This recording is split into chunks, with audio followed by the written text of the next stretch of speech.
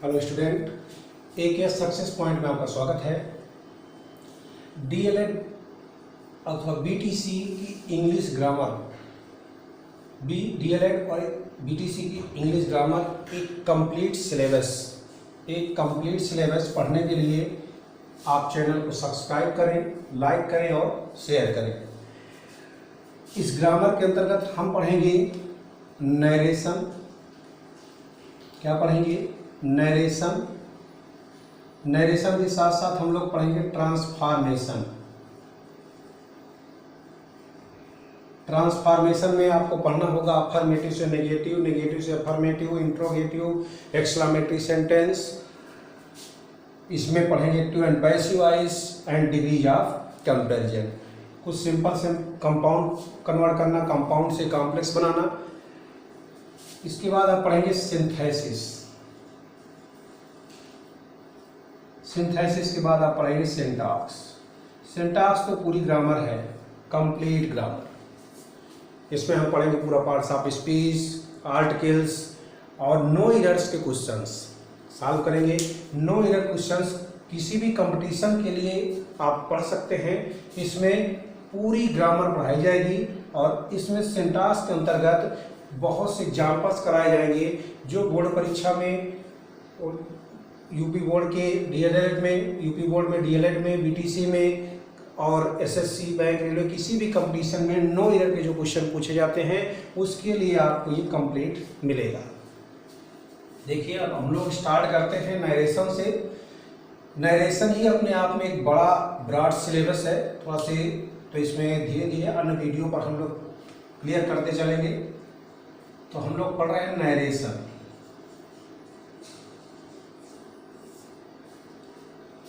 Narration में हम लोग देखेंगे, देखिए नरेशन को कहते हैं डायरेक्ट एंड इनडायरेक्ट स्पीच।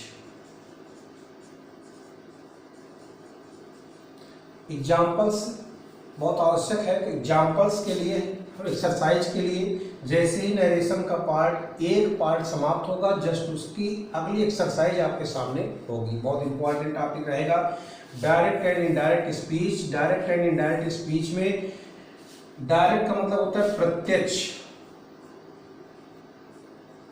ये है प्रत्यक्ष और ये अप्रत्यक्ष। प्रत्यक्ष और अप्रत्यक्ष कथन, स्पीच का मतलब क्या होता है? कथन। तो हम लोग इसके अंतर्गत हमें जो पढ़ना है 5 सेंटेंस पढ़ने हैं। क्या पढ़ने हैं? 5 sentences. assertive sentence most important. Secondly है इंट्रोगेटिव सेंटेंस। क्या पढ़ेंगे? Interrogative sentence. इंट्रोगेटिव सेंटेंस के बाद है इम्परेटिव सेंटेंस।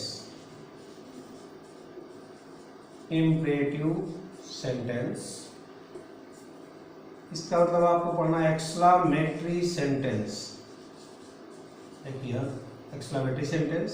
और लास्ट है आपका ऑप्टेटिव सेंटेंस। ये 5 सेंटेंस हमें इसके अंतर्गत पढ़ने हैं।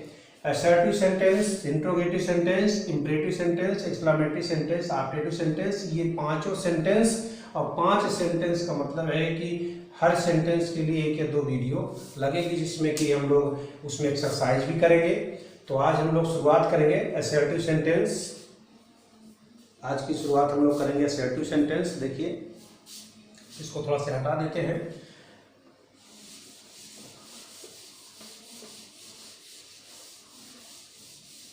DLED और BTC वाले जो बच्चे हैं उनके लिए इंग्लिश ग्रामर कंप्लीट सिलेबस रहेगा। आपके कोर्स का जितना भी होगा पूरा पढ़ाया जाएगा। तो सभी लोग चैनल को सब्सक्राइब करें और ज़्यादा से ज़्यादा इसको शेयर करें। चलिए देखिए, हम लोग पढ़ रहे हैं असर्टिव सेंटेंस। क्या पढ़ रहे हैं? Assertive sentence. थोड़ा डिटेल में पढ़ेंगे, शॉर्टकट नहीं पढ़ना है, डिटेल में पढ़ेंगे, इससे कंप्लीट पूरी जानकारी मिल सके। असर्टिव सेंटेंस, जरा कुछ हम लोग पहचाने कि सेंटेंस कैसे आते हैं। तो असर्टिव सेंटेंस तो आप जानते हैं, सिंपल सेंटेंस, अफर्मेटिव या नेगेटिव सेंटेंस, असर्टिव सेंटेंस हो सकता है, होता ही है। अब हम लोग इसे Ram is a good boy, Ram is teaching English, कोई भी सेंटेंस हो सकता है। देखिए ऐसे लिखा, he said to me.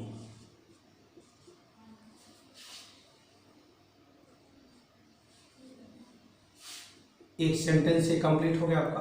Comma, inverted comma open, inverted comma open, inverted comma के अंदर कोई भी वर्ड सेंटेंस लिखा जाएगा तो उसका पहला शब्द जो है कैपिटल लेटर में होगा, ये आपको पता ही है। तो लिख देते हैं ही इज ईटिंग फूड। ऐसे जनरली सेंटेंस हमने लिख लिया, कोई इसमें वो नहीं है। तो देखिए इन्वर्टेड कामा के पहले, इन्वर्टेड कामा के पहले जो भी लिखा है उसको हम लोग कहते हैं रिपोर्टिंग वर्ब। ध्यान रखिएगा बच्चों, इन्वर्टेड कामा के पहले जो लिखा है उसको हम लोग कहते हैं रिपोर्टिंग वर्ब, और इन्वर्टेड कामा के अंदर जो लिखा गया है उसको बोलते हैं रिपोर्टेड स्पीच। बहुत इंपॉर्टेंट टॉपिक है, जरूर से जरूर इसको ध्यान दें। इसको कहते हैं रिपोर्टेड स्पीच। क्या कहेंगे? Reported speech. इन्वर्टेड कामा के अंदर जो लिखा है रिपोर्टेड स्पीच, इन्वर्टेड कामा के जो पहले लिखा जाता है उसको कह देते हैं रिपोर्टिंग वर्ब। अब यहीं से हमारा रूल नंबर 1 शुरुआत होती है, ध्यान दीजिएगा। यदि रिपोर्टिंग वर्ब, ध्यान दीजिएगा, रिपोर्टिंग वर्ब, यदि रिपोर्टिंग वर्ब प्रेजेंट या फ्यूचर टेंस में हो, प्रेजेंट में हो या फ्यूचर टेंस में हो, यदि रिपोर्टिंग वर्ब प्रेजेंट या फ्यूचर टेंस में हो, प्रेजेंट या फ्यूचर टेंस में हो तो रिपोर्टेड स्पीच के टेंस में, देखिए टेंस बता रहे हैं, रिपोर्टेड स्पीच के टेंस में कोई परिवर्तन नहीं करते हैं। देखिए हम लोग शॉर्टकट नहीं पढ़ेंगे, फुल डिटेल में पढ़ेंगे, कंप्लीट सिलेबस। कोई परिवर्तन नहीं करते हैं।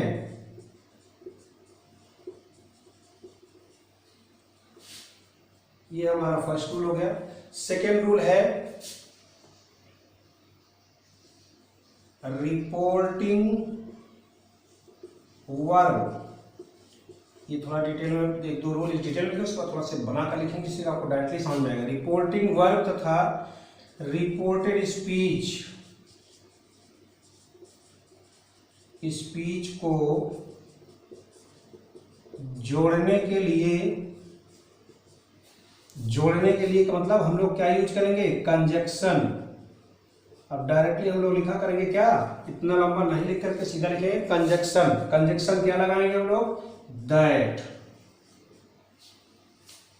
दो रूल से ही सेंटेंस आप पढ़ सकते हैं। देखिए ही सेज टू मी, एक सेकेंड एक रूल और कर लेते हैं तो फिर एग्जाम्पल लेते हैं तो ठीक है। क्या रूल है? सेज टू आ जाए तो इसको आप कन्वर्ट करेंगे किसमें? टेल्स में।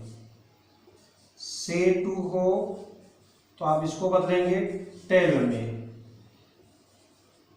विल लगा हो और से लिखा हो और टू लिखा हो तो आप लिखेंगे विल टेल में। सेड लिखा हो तो सेड ही रहेगा, अकेले रहेगा, और अगर सेड टू लिख जाए तो इसे आप लिखेंगे टोल्ड। बाकी सभी रूल इसी से लगेंगे। अब जब एग्जाम्पल हम लोग देख लेते हैं। एग्जाम्पल में है, अभी लिख रहे थे हम लोग, ही says to me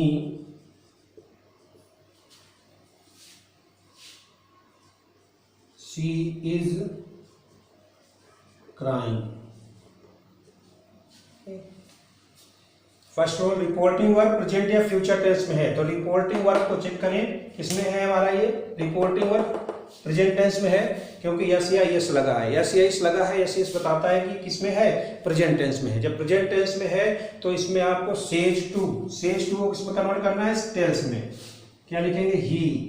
says to को आपने कन्वर्ट कर दिया किसमें, टेल्स में, तो ही टेल्स मी।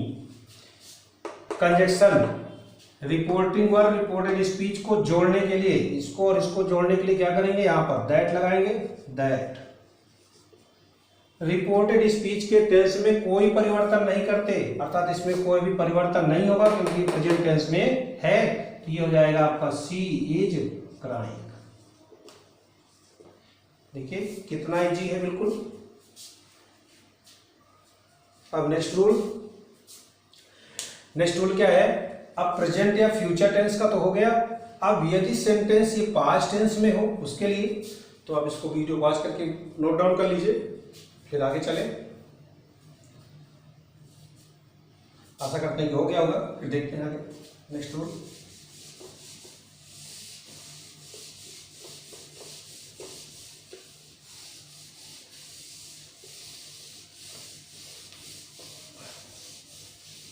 कोई भी चीज 60 मिनट डिटेल में पढ़िए। असर्टिव सेंटेंस में ब्रेक नेक्स्ट रूल है, देखिएगा। यदि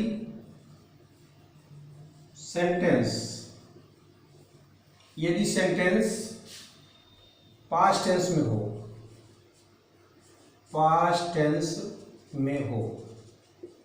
कौन सा सेंटेंस, तो सेंटेंस ना लिखे, रिपोर्टिंग वर्ब लिख दिया। रिपोर्टिंग वर्ब के लिए 60 में लिख सकते हैं आरबी। यदि रिपोर्टिंग वर्ब पास्ट टेंस में हो तो रिपोर्टेड स्पीच के टेंस में निम्न परिवर्तन करते हैं। देखिए रिपोर्टेड स्पीच और ये रिपोर्टिंग वर्ब, रूल्स में हम लोग थोड़ा साथ समझना है, हमें कंप्लीट समझ में आना चाहिए। अब देखिए क्या परिवर्तन करना है, यहाँ लिखते हैं टेंस और यहाँ लिख देते हैं चेंज, जो परिवर्तन होगा। अब रिपोर्टेड स्पीच में तो पहली बात आप जानते हैं कि 12 टेंस आएंगे, 12 टेंस होते हैं तो 12 टेंस आएंगे। भाई 3 टेंस होते हैं, तीनों के 4 पार्ट, तो 12 टेंस है तो 12 टेंस आएंगे। तो 12 टेंस का कन्वर्जन हमें पढ़ना होगा, तो देखते हैं।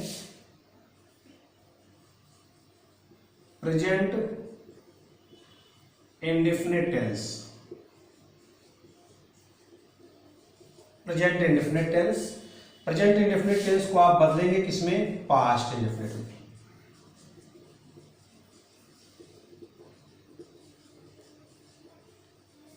प्रेजेंट इंडेफिनिट कन्वर्ट होगा पास्ट इंडेफिनिट में, तो ये थोड़ा साथ में लिखेंगे। Present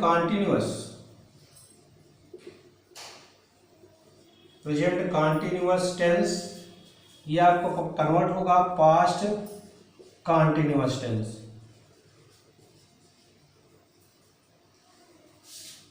present perfect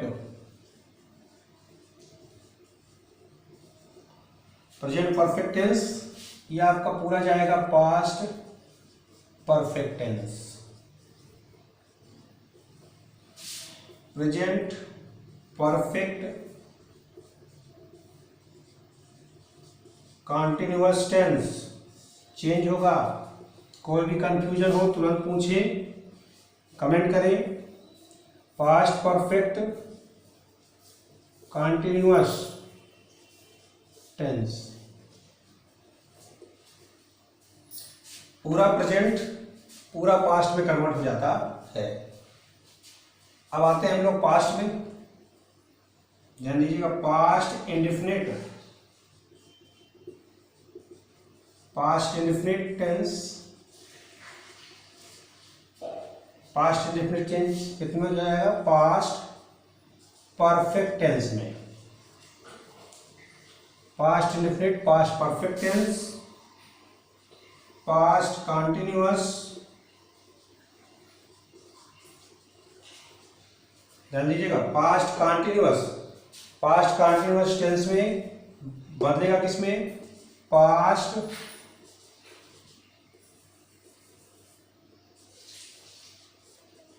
perfect continuous tense में। पास्ट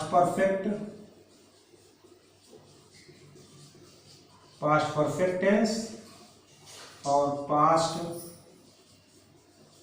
परफेक्ट कॉन्टिन्यूअस टेंस, ये नो चेंज। अब जरा ध्यान से देख लीजिए, एक बार आप इसको नोट डाउन कर लें, इसमें हम फिर थोड़ा समझा देते हैं। वीडियो को पॉज करके आप इसको अपनी कॉपी पर नोट कर लें। हाँ देखिए, अब प्रेजेंट इंडेफिनिट टेंस में वर्ब की फर्स्ट फॉर्म अगर लगी है और यस या ईएस लगा है, वर्ब की फर्स्ट फॉर्म और यस या इस लगा है, तो आप इसको कन्वर्ट करेंगे किस में जाएगा, वर्ब की सेकेंड फॉर्म में। अगर यहां डू नॉट या डज नॉट है,